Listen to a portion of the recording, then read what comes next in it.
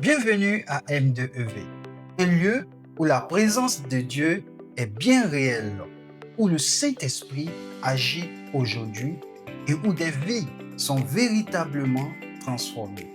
Que tu sois en quête de guérison, en quête de restauration ou d'une relation profonde avec Dieu ou simplement d'un endroit pour grandir spirituellement, tu es au bon endroit. Ici, tu n'es pas juste de passage, tu fais partie d'une famille. Peu importe ton histoire, peu importe ton parcours, peu importe ton origine, ici, il y a une place pour toi. Bienvenue dans une communauté où l'Esprit est au centre et où Jésus transforme des vies encore aujourd'hui.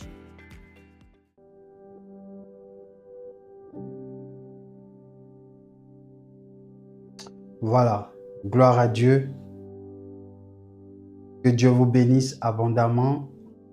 Soyez les bienvenus encore à l'église M2EV, Mission, Esprit et Vie. Que Dieu vous bénisse. Nous voulons maintenant passer à l'écoute de la parole de Dieu. Vous savez, la parole de Dieu, elle est puissante.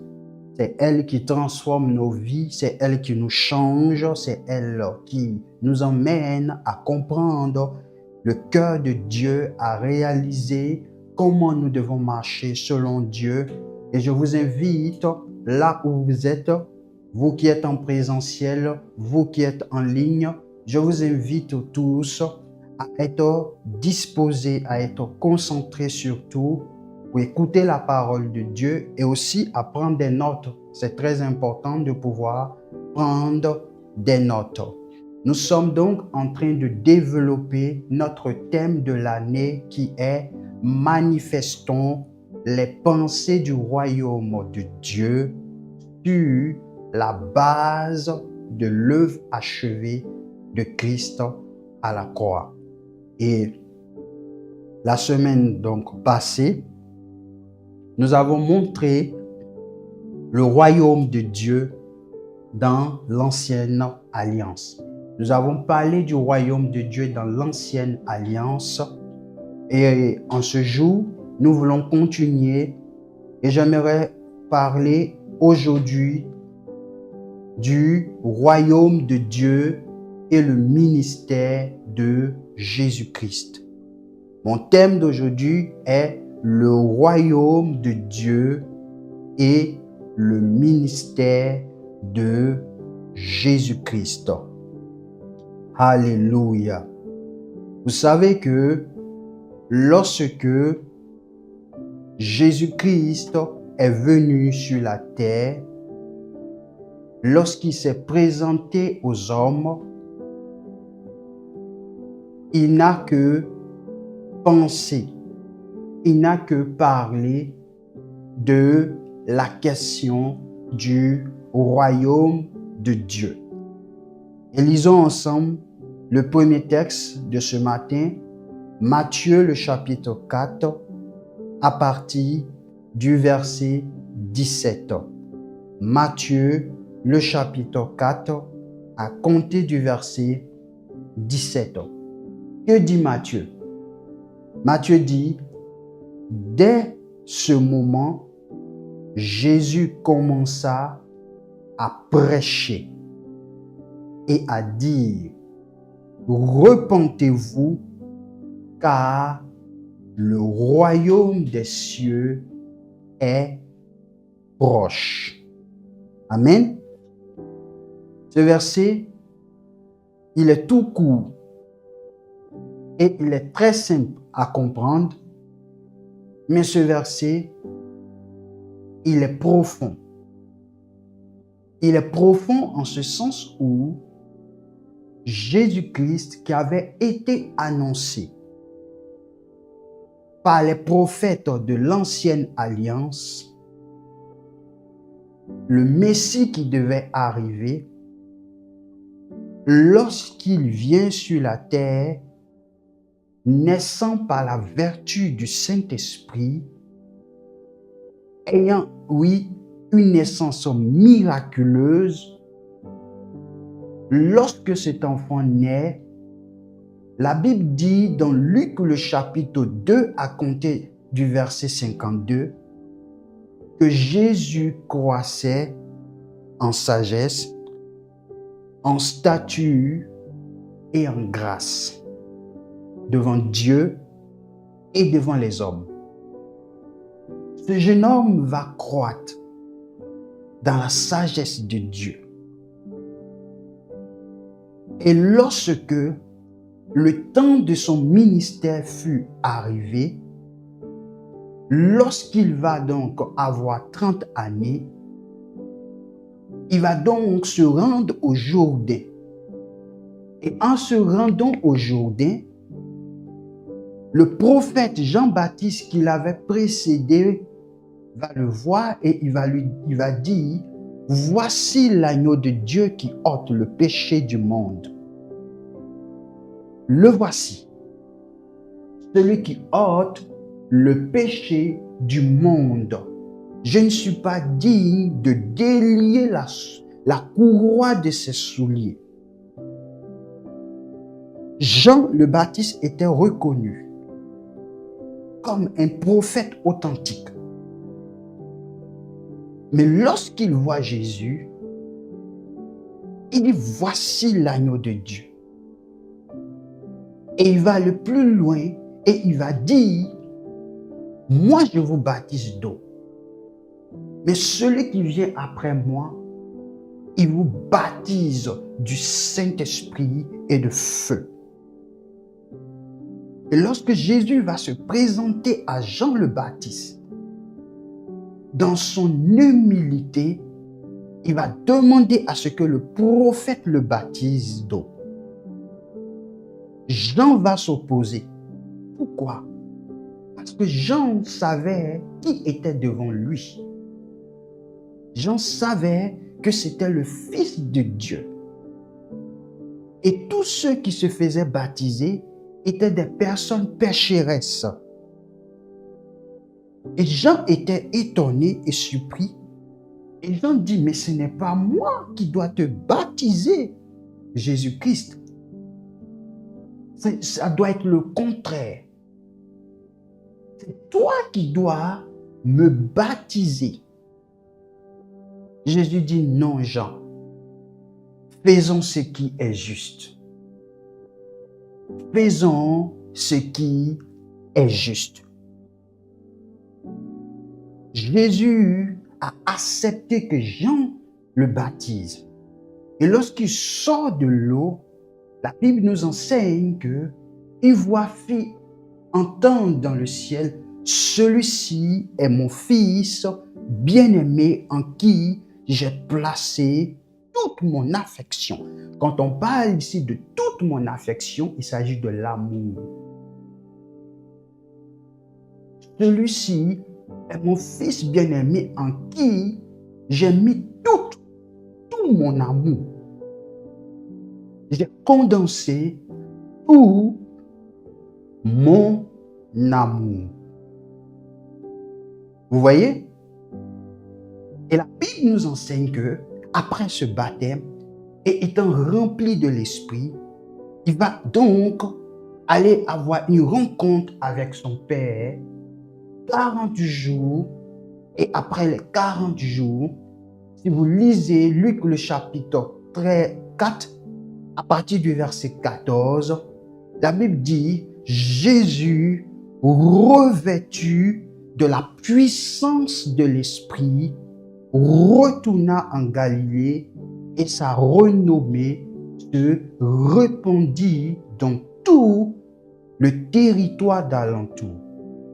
Jésus revêtu de la puissance de l'Esprit. Vous me comprenez? Et c'est là maintenant, étant revêtu de la puissance de l'Esprit, que maintenant, il va rentrer en action, que son ministère va commencer. C'est là maintenant qu'il va se présenter à tout homme. C'est là maintenant qu'il va commencer donc à parler. Mais nous venons de lire tout à l'heure dans le livre de Matthieu, déjà à partir du chapitre 4. Et à partir du chapitre 4, il est dit, dès ce moment, Jésus commença à prêcher. Et quand il commença à prêcher, s'il vous plaît, qu'est-ce qu'il dit? Écoutez-moi bien. Le Fils de Dieu, quand il commence à prêcher, il dit, repentez-vous, car le royaume des cieux est proche. Nous voyons ici la notion du royaume de Dieu qui sort de la bouche de Jésus-Christ de Nazareth. Nous voyons ici que Jésus n'était pas donc venu sur la terre pour fonder une institution politique ou pour renverser un pouvoir humain. Non. Parce que le peuple d'Israël s'attendait donc au Messie. Mais dans leur esprit, ils pensaient que le Messie viendrait pour les délivrer avec force de ceux qui les tiraillaient, de ceux qui les détenaient comme, si je peux le dire ainsi, des esclaves. Mais à leur grande surprise, ils vont donc se rendre compte que lorsque Jésus est venu, Jésus n'était pas venu pour pouvoir donc fonder une institution politique ou renverser un pouvoir humain. Mais Jésus était donc venu pour révéler le règne de Dieu sur la vie des hommes. Et c'est à partir de ce moment que beaucoup vont se poser des questions, que beaucoup vont commencer à douter du ministère de Jésus-Christ. Parce que Jésus n'était pas venu pour ça. Jésus était venu simplement révéler le règne de Dieu sur la vie des hommes. Et comme nous l'avons vu en Matthieu le chapitre 4, il dit le royaume de Dieu des cieux est proche. Maintenant, si nous avançons dans le livre de Matthieu, nous voyons que, après avoir dit que le royaume des cieux est proche, il parle donc ici, la déclaration de Jésus ici résume toute la mission, toute sa mission. Sa mission est de faire connaître quoi? Le royaume de Dieu, le royaume des cieux. Et à partir du chapitre 5, du chapitre 6, du chapitre 7 de Matthieu, il va faire maintenant un merveilleux sermon, un excellent sermon devant toute une foule pour parler du royaume de Dieu. Je vous dis que au chapitre 4, il annonce le royaume de Dieu, mais comme c'est un Dieu diligent, c'est un Dieu qui sait ce qu'il fait, au chapitre 5, il va commencer donc à emmener pas à pas les hommes à comprendre l'essence de son message, l'essence de sa prédication, l'essence de sa venue sur terre. Et lisons ensemble, dans un premier temps, Matthieu, le chapitre 5, à partir du verset 3. Matthieu, le chapitre 5, à partir du verset 3. Qu'est-ce qu'il est dit? Jésus commence et il dit, « Heureux les pauvres en esprit, car le royaume des cieux est à eux. D'accord? Il dit, heureux les pauvres en esprit. Car quoi? Le royaume des cieux est à eux. Vous voyez? Il y a la notion encore du royaume des cieux ici. Est-ce que vous voyez comment Jésus est un pédagogue? Jésus est un professeur chevronné par excellence. Il dit, heureux les pauvres en esprit, car le royaume des cieux est à eux. La première idée que je vais développer dans ce message, c'est que le royaume de Dieu commence par une transformation intérieure. Notez ça, pour ceux qui prennent les notes. Le royaume de Dieu commence par une transformation intérieure. Je répète, le royaume de Dieu commence par une transformation intérieure. Qu'est-ce que cela veut dire? Nous venons de lire tout à l'heure Matthieu le chapitre 5 verset 3. Jésus commence et il dit « Heureux les pauvres en esprit ». Qu'est-ce que cela veut dire? C'est quoi l'expression « pauvre en esprit » ? Quand il dit « pauvre en esprit » veut dire reconnaître son besoin de Dieu. D'accord? Pauvre en esprit, c'est reconnaître son besoin de Dieu. Ok? Donc, quand Jésus vient, Jésus va donc renverser, c'est-à-dire il va inverser les choses. Il va inverser les choses comment? Il veut montrer aux hommes que ce ne sont pas les puissants, ce ne sont pas les grands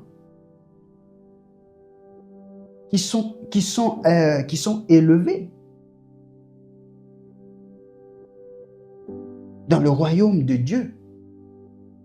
Jésus veut montrer que pour entrer dans le royaume de Dieu, ce n'est pas une question de « je suis grand, je suis quelqu'un d'influent, je suis quelqu'un de puissant, je suis quelqu'un de grand ». Non. Mais il dit « ceux qui reconnaissent leurs besoins de Dieu ». En d'autres termes, celui qui sent au fond de lui qu'il a besoin de Dieu, il est heureux. Il est heureux pourquoi? Parce que le royaume de Dieu est à lui. En d'autres termes, Jésus était en train d'informer tous ceux qui étaient là que le royaume de Dieu s'obtient dans l'humilité intérieure. Ok? La notion d'humilité intérieure prend place dans le début de sa prédication en Matthieu, le chapitre 5. Notion d'humilité intérieure.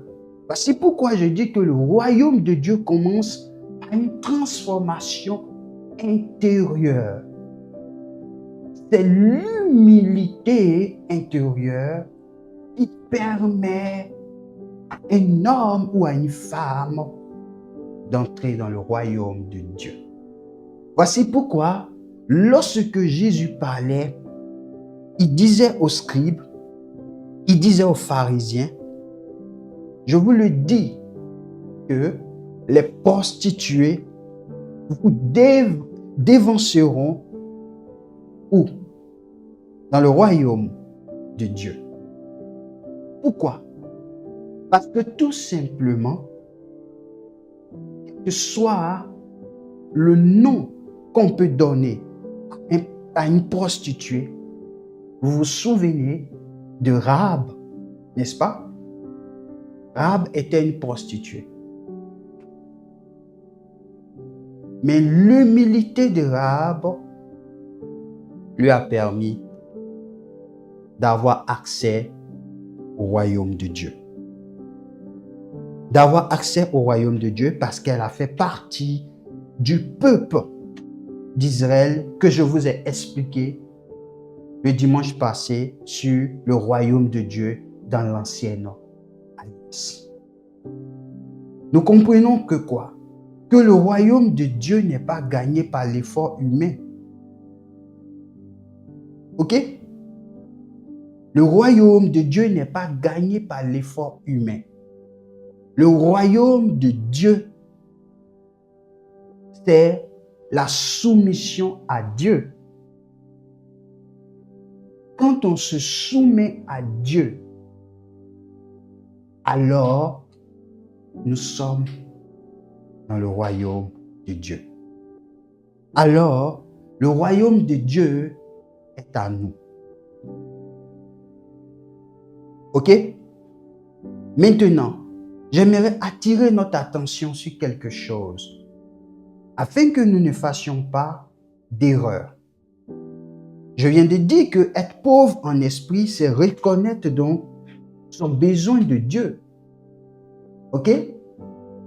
Supposons que une personne aujourd'hui reconnaît son besoin de Dieu et entre dans le royaume de Dieu. Reconnaître son besoin de Dieu n'est pas pour un seul jour. Ok? Ce n'est pas pour 1 heure. Ce n'est pas pour 3 heures. Du moment où on reconnaît son besoin de Dieu, c'est pour toute notre vie. C'est pour toute notre vie. En d'autres termes,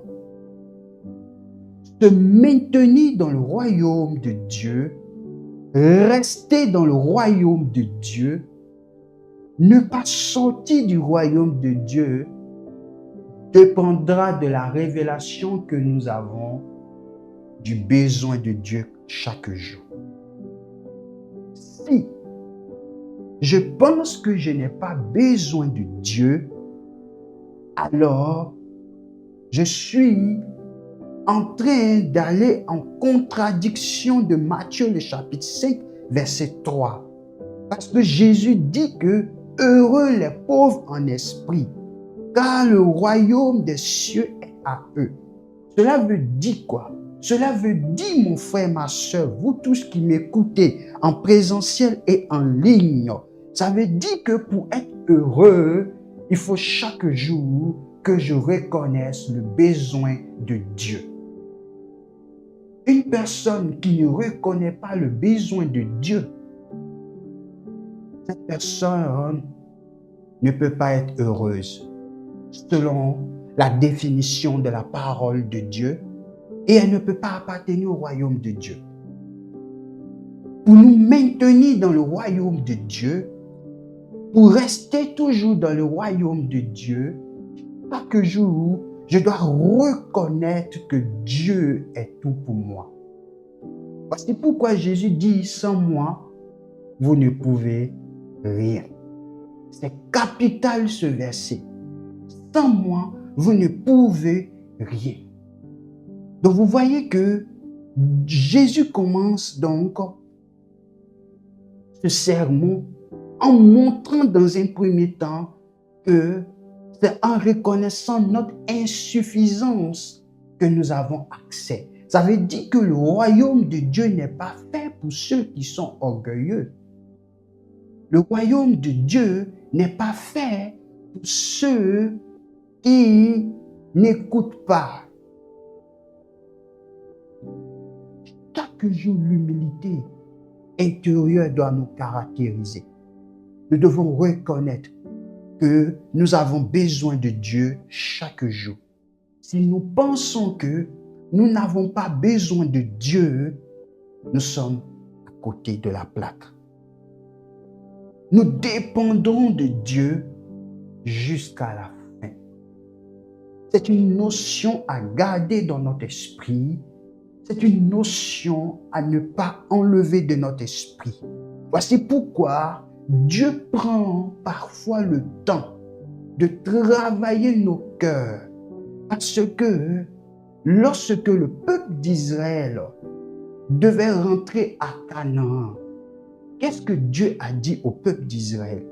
Il dit, lorsque tu seras entré, lorsque tu mangeras, lorsque tu bâtiras des maisons, lorsque tu verras ta vigne être bénie, souviens-toi de ce que tu étais. Souviens-toi de ce que l'Éternel t'a fait sortir du peuple, du pays d'Égypte. Pourquoi Dieu dit ça? Dieu dit ça parce que Dieu connaît notre intérieur. Dieu connaît notre cœur. Parfois, nous pouvons penser nous connaître ou nous pouvons penser être à la hauteur de tout. Mais nous ne nous connaissons pas totalement. C'est quand parfois les événements, les circonstances de la vie arrivent que nous voyons qui nous sommes. Beaucoup de personnes, dans les temps difficiles, dans les temps compliqués, dépendaient de Dieu, disaient que Dieu est le Tout-Puissant, Dieu est le Sauveur, Dieu est le Roi. Sans Dieu, ils ne sont rien. Et lorsque la bénédiction est arrivée, lorsque Dieu leur a donné une voiture, lorsque Dieu leur a donné un travail, lorsque Dieu leur a donné une maison, ils ont oublié de maintenant dépendre de Dieu. Pourquoi? Parce que les richesses peuvent nous empêcher maintenant de pouvoir être indépendants. Vous comprenez que c'est un travail de chaque jour, la dépendance à Dieu. C'est un travail de chaque jour.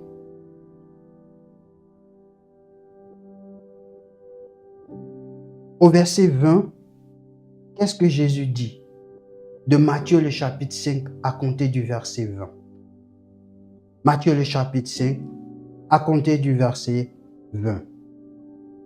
Il dit, car je vous le dis, si votre justice ne surpasse celle des scribes et des pharisiens, vous n'entrerez point dans le royaume des cieux.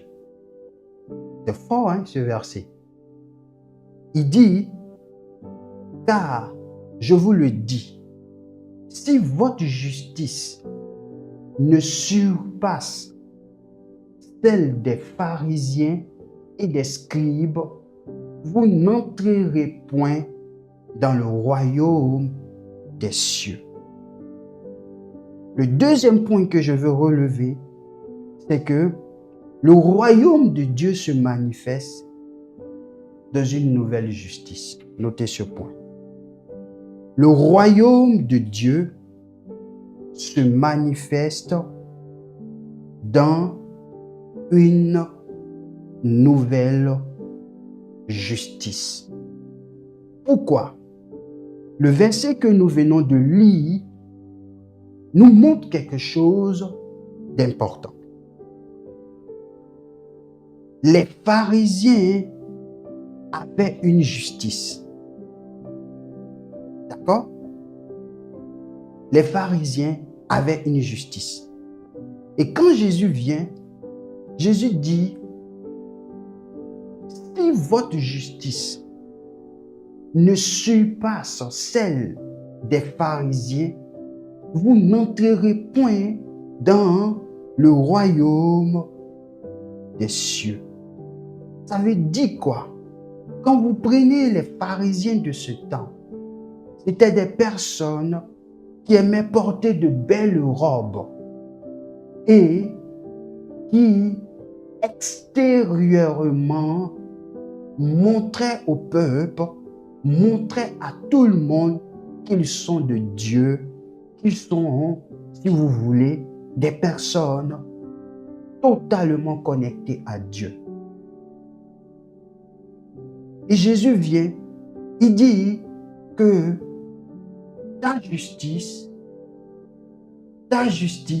notre justice doit surpasser cela. Sinon, il serait impossible d'accéder au royaume de Dieu. Implication de ce verset. Qu'est-ce que cela veut dire? Jésus veut nous enseigner ici que le royaume de Dieu concerne le cœur. D'accord? Le royaume de Dieu concerne le cœur. Tu m'entends?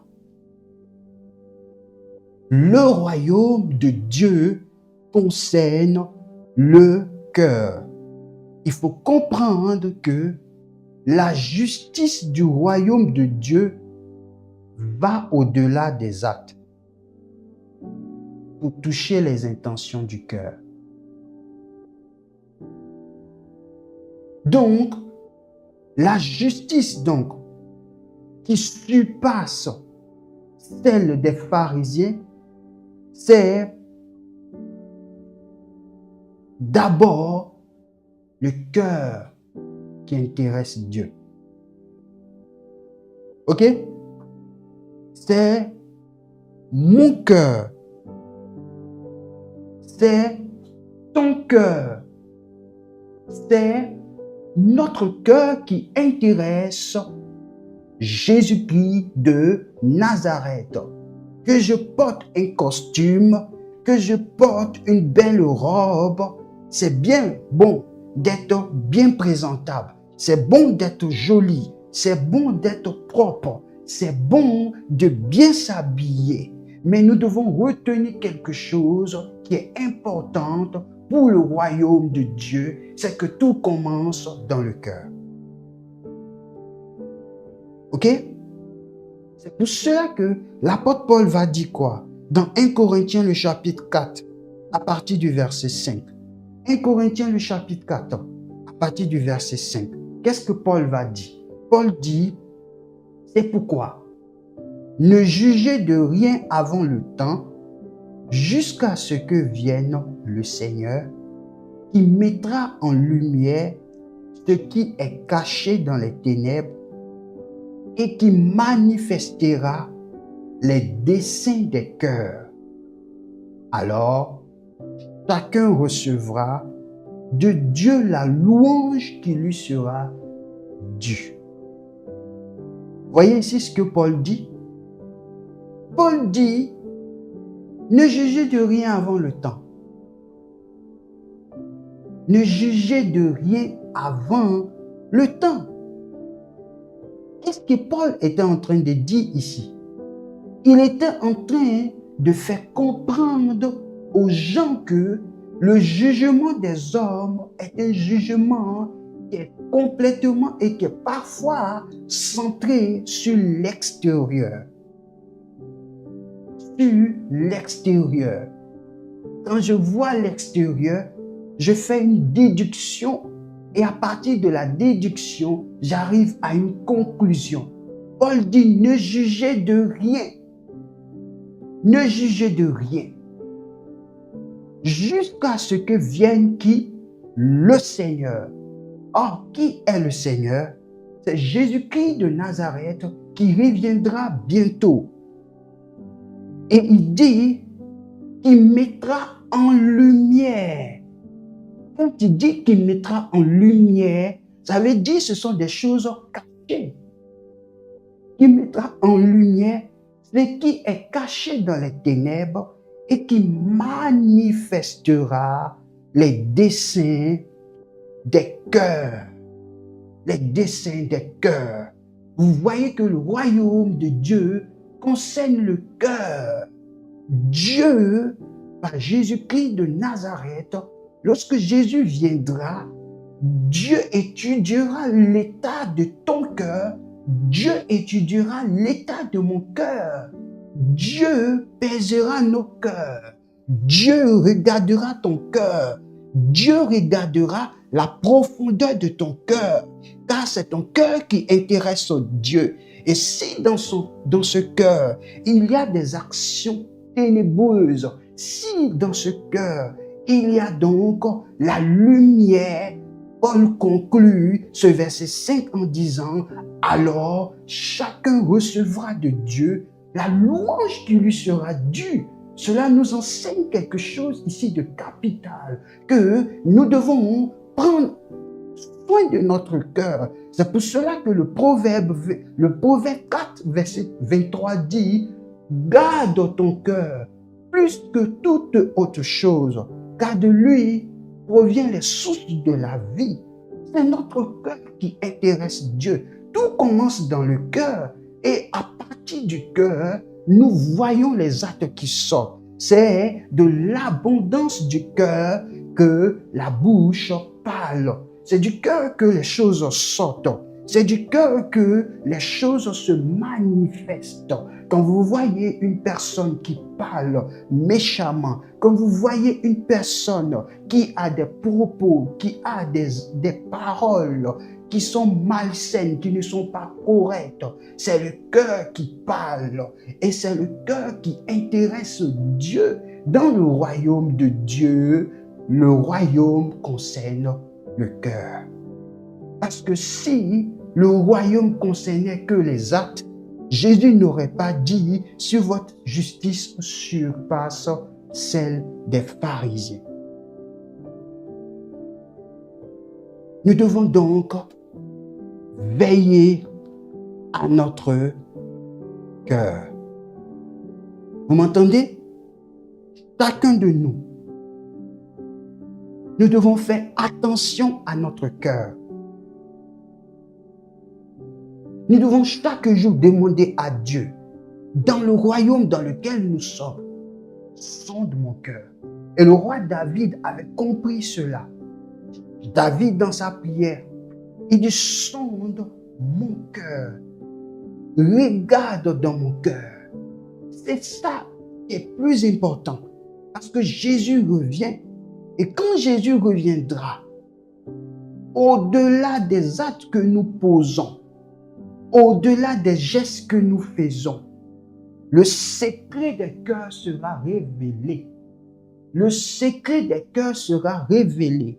Si dans notre cœur, nous n'avons pas encore, eu des victoires certaines, c'est le moment, c'est le temps de s'humilier devant Dieu et de pouvoir être humble et de demander la grâce de Dieu. Parce que la miséricorde de Dieu, la compassion de Dieu est toujours manifeste. Mais lorsque Jésus-Christ viendra, Jésus jugera tous. Jésus ne fera pas exception de qui que ce soit. Il regardera comment notre cœur s'est manifesté. Ok? Le cœur.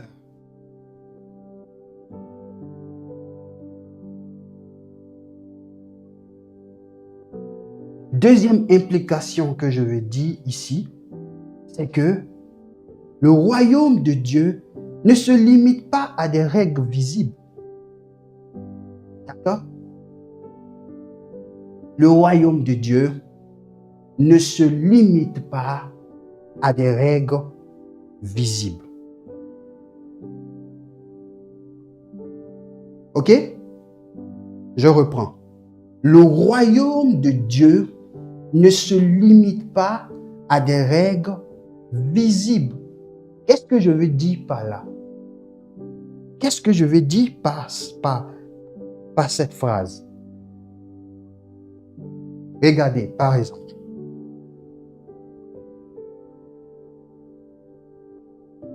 Tuer n'est pas une bonne chose, n'est-ce pas? Et la Bible dit, dans les 10 commandements, tu ne tueras point. D'accord? C'est une règle visible. Ok? Mais je vous ai dit précédemment que le royaume concerne le cœur. Or, celui dans son cœur qui a la haine de son prochain, c'est qui? Comment la Bible qualifie? De meurtrier. Ok? Donc, le royaume de Dieu ne se limite pas simplement aux règles visibles. Tu m'entends? Ce n'est pas parce que tu n'as pas tué une personne physiquement que certainement tu dis, oh, c'est bon, je suis bon. C'est déjà bien de ne pas faire cela. Mais maintenant, tu dois veiller maintenant à ton cœur. Est-ce que dans ton cœur, il y a la haine contre quelqu'un? Puisque si le royaume de Dieu concerne le cœur,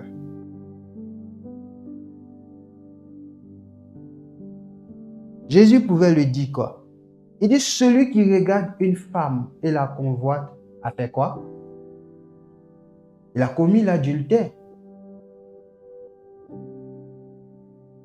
Ça veut dire quoi? Ça veut dire que une personne qui physiquement, qui dans le visible, n'a pas eu de relation intime avec une personne, mais qui dans sa pensée a convoité une femme, il a commis l'adultère.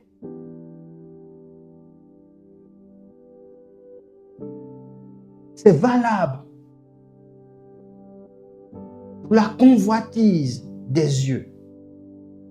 La convoitise commence dans le cœur. D'accord? Elle commence dans le cœur.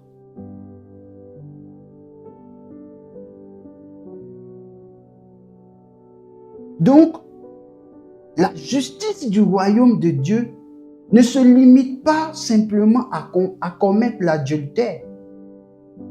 Et ne se limite pas simplement à ne pas commettre l'adultère. D'accord? La justice du royaume de Dieu ne se limite pas simplement à ne pas commettre l'adultère. Mais la justice du royaume de Dieu combat la convoitise. Tu m'entends? Elle combat la convoitise. Donc vous voyez que il y a une notion du cœur qui est importante.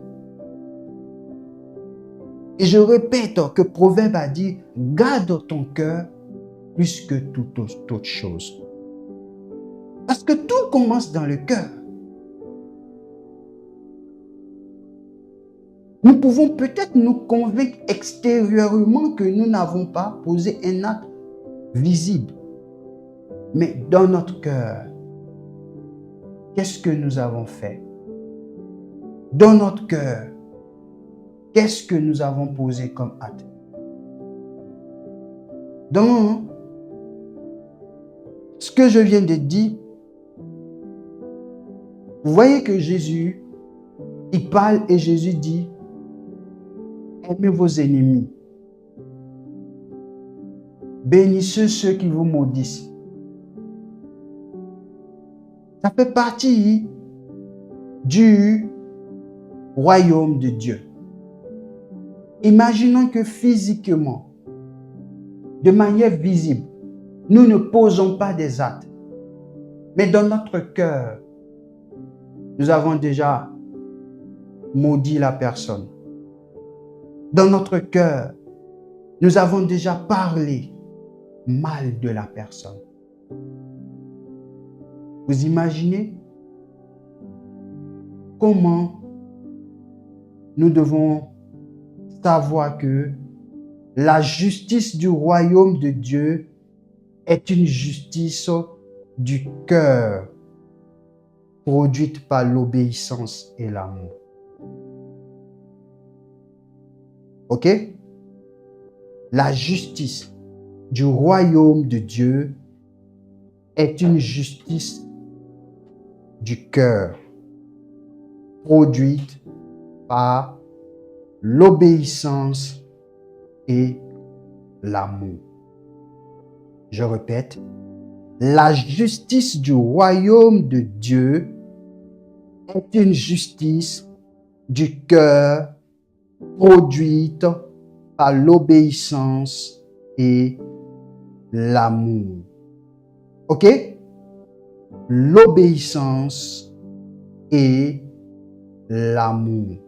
C'est pour cela que, mes frères, mes sœurs, vous qui êtes avec moi en présentiel, vous qui nous suivez en ligne, ou toi-même qui nous suivras plus tard, vous devez comprendre quelque chose. Si vous êtes ensemble en tant que des frères et des sœurs, si vous voyez des personnes qui cherchent ou recherchent toujours la paix, recherchent toujours à être dans le calme et la tranquillité, sans faire d'histoire, faisant le possible pour pouvoir respecter l'autre. Il ne faut pas se dire que c'est une personne faible. Ce n'est pas une personne faible, mais c'est une personne qui guette le retour de Jésus-Christ. Et qui veille donc à son cœur. Et parfois, nous pouvons penser que le fait de pouvoir être obéissant et pratiquer l'amour est un sujet de faiblesse. Ce n'est pas un sujet de faiblesse.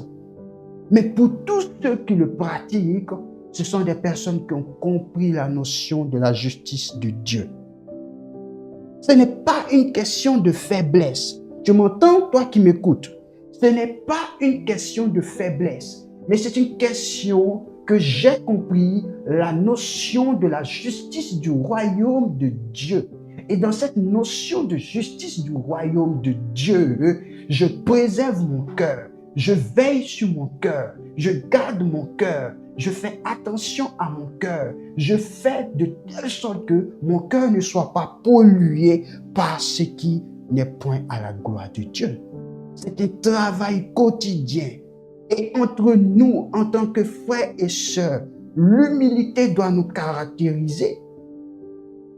L'humilité doit nous caractériser. Ça ne me gênerait pas de m'approcher de mon frère pour lui demander pardon si j'ai mal fait. Qu'il en soit de même pour l'autre aussi. C'est ça la mentalité du royaume de Dieu. Parce que nous avons compris les choses et nous veillons à notre cœur. C'est pour cela que chaque jour, nous devons aussi être dans l'esprit de repentance. C'est ce que Jean le dit dans 1 Jean. Il dit, si nous disons que nous n'avons pas péché, nous nous faisons menteurs. Si nous confessons nos péchés, il est juste et il est fidèle pour nous pardonner et nous purifier de toute iniquité. Et nous purifier de toute iniquité. Vous comprenez? Nous devons méditer sur ces passages. Nous devons méditer sur cette parole que nous écoutons aujourd'hui. Elle est importante pour notre vie. C'est le message que Jésus a délivré. Ce sermon est un sermon puissant. Il nous montre les attitudes à avoir dans le royaume de Dieu. Bien sûr, ce sont des attitudes qui viennent bouleverser notre quotidien, Parce que, étant dans ce monde et ne connaissant pas auparavant Jésus-Christ de Nazareth, nous avons été conditionnés par des états. Et l'ancienne alliance dit œil pour œil, dent pour dent. Et quand Jésus vient avec la notion du royaume de Dieu, il dit, il vous a été dit, mais moi je vous dis.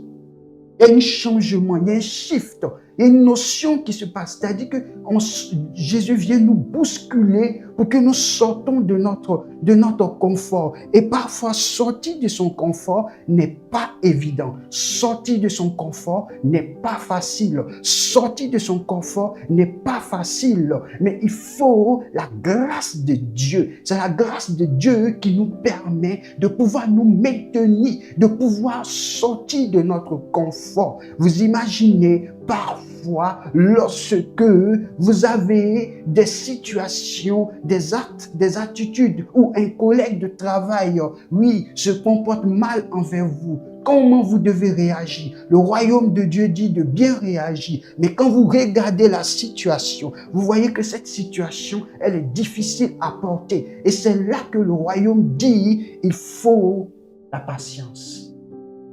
C'est là que le royaume de Dieu dit, il faut la maîtrise de soi. Et là, ça demande la grâce de Dieu. Pour cela, nous devons chaque jour être en train de laisser Dieu faire le travail en nous.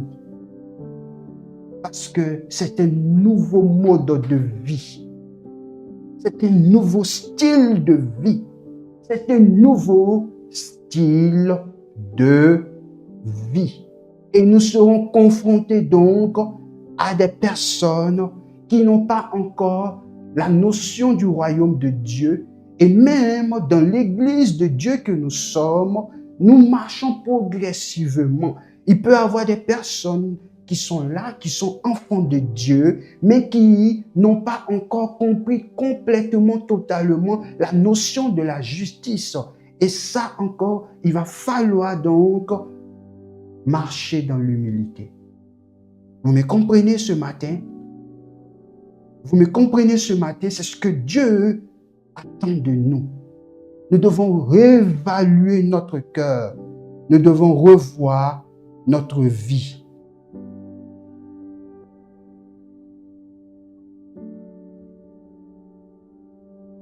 Et pour terminer, je vais parler d'un troisième point pour terminer. Et nous continuerons l'enseignement le mercredi à l'école Esprit et Vie. Lorsque nous lisons Matthieu, quand nous lisons Matthieu le chapitre 6, du verset 1 jusqu'au verset 18, nous voyons que Jésus va insister sur 3 choses importantes. Mais nous n'allons pas lire tous ces passages. Le passage qui nous intéresse, c'est Matthieu le chapitre 10. Mais quand nous lisons Matthieu le chapitre 6, du verset 1 au verset 18, Jésus va insister sur la prière, il va insister sur le jeûne, mais aussi Jésus va insister sur l'aumône. La prière, le jeûne, l'aumône. Mais je veux rester sur un seul point. Je vais rester sur le point de la prière. Lisons ensemble Matthieu le chapitre 6 à compter du verset 10. Matthieu le chapitre 6 à compter du verset 10. Qu'est-ce qu'il est dit? Il est dit que ton règne vienne, que ta volonté soit faite sur la terre comme au ciel. Ça vous fait penser donc à ce disciple qui a demandé à Jésus, enseigne-nous à prier. Ok? Enseigne-nous à prier. Et Jésus va lui montrer quelque chose. Il va lui dire, quand vous priez, dites, notre Père qui es aux cieux, que ton règne vienne. D'accord? Qui est aux cieux? Aux cieux, On parle donc du royaume de Dieu. D'accord? Notre Père, qui es aux cieux, que ton règne vienne, que ta volonté soit faite sur la terre comme au ciel. C'est un enseignement de prière puissant que Jésus révèle. C'est un enseignement, c'est une prière centrale. Jésus n'a pas montré simplement cette manière de prier, mais Jésus voulait enseigner ses disciples. Il voulait emmener ses disciples à comprendre ce que cela signifie. Ce que cela signifie pour celui donc qui est dans le royaume de Dieu. Il dit que ton règne vienne. Que ton règne vienne. Qu'est-ce que cela signifie? Cela signifie que, étant dans le royaume de Dieu, la prière que ton règne vienne nous emmène à réaliser que la volonté de Dieu passe avant la nôtre. Ok? Cela nous emmène à réaliser que la volonté de Dieu passe avant la nôtre. Cela veut dire quoi aussi? Cela veut dire que Dieu règne dans nos priorités. Que Dieu règne dans nos priorités. Que ton règne vienne. D'accord? Depuis le début du thème, je vous ai montré que Jésus-Christ de Nazareth a parlé du royaume et on a dit que le royaume veut dire se mettre sous le règne de Dieu. N'est-ce pas? Sous le gouvernement de Dieu.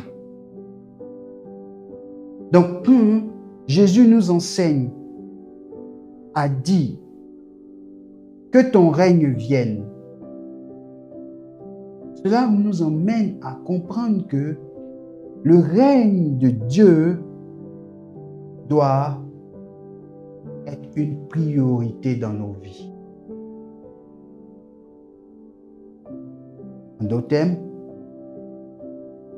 nous ne devons pas être des personnes religieuses. D'accord? Nous ne devons pas être des personnes religieuses, superficielles. Nous devons être des personnes qui, étant conscientes que nous sommes dans le royaume de Dieu, nous sommes sous la coupole du règne de Dieu. Et si nous sommes sous la coupole du règne de Dieu, si nous sommes sous l'autorité du règne de Dieu, si nous sommes sous la main toute puissante de Dieu, automatiquement, les choses de Dieu doivent être une priorité.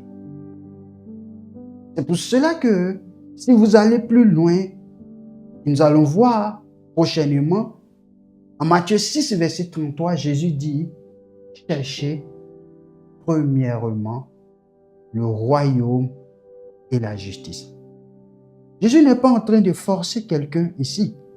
Mais si vous lisez profondément ce verset, vous comprendrez que dans la notion du royaume de Dieu, quand nous sommes dans le royaume de Dieu, nous devons, c'est quoi? Nous devons comprendre que notre priorité, c'est d'abord le cœur de Dieu. Après les autres choses, ça vient. Mais vous comprenez que dans le monde, ce n'est pas pareil. Voici pourquoi les valeurs de Jésus sont différente de ce que nous avons appris dans le monde. D'accord? Parce que, humainement, en tant qu'homme, nous voulons quoi? Nous voulons dans un premier temps nous occuper de nos choses. Vous imaginez une personne le matin, elle se réveille, elle sait qu'elle a du boulot, elle a tellement de choses à faire. Et il y a un combat qui va se passer.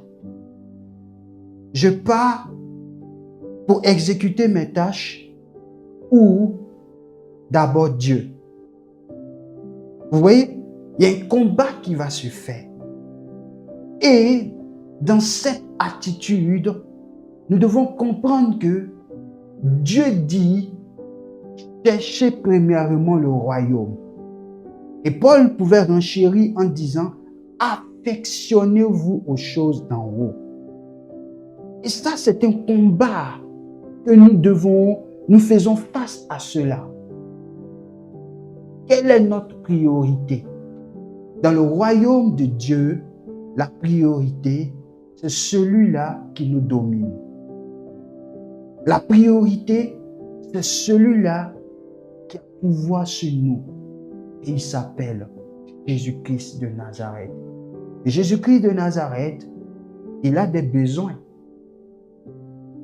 Vous convenez avec moi que si nous satisfaisons les besoins de Jésus-Christ, Jésus fait pour nous. C'est pour cela, toujours dans Matthieu, il a dit que ceux qui sont à la recherche du vêtement et du manger, il dit ce sont les païens qui le font. Car votre Père céleste, il sait de quoi vous avez besoin. Il sait de quoi vous avez besoin. J'aimerais nous encourager pour terminer. Dans nos temps de prière, quand nous prenons du temps devant Dieu, donnons du temps à la louange et à l'adoration à Dieu. Ne soyons pas des personnes qui sont chaque fois, dès qu'elles rentrent dans la prière, en mode demande, demande, demande, demande. Dieu sait de quoi nous avons besoin. Dieu connaît nos besoins mieux que nous-mêmes. Mais imaginez, c'est un bon père. Quel est le père qui va laisser son enfant en train de souffrir sans qu'il ait besoin de quelque chose? Mais lorsque nous rentrons dans nos temps de communion, de prière avec Dieu, cherchons dans un premier temps à adorer Dieu, à louer Dieu, à le célébrer, à le contempler. Mettons cela en priorité. Les besoins viennent après.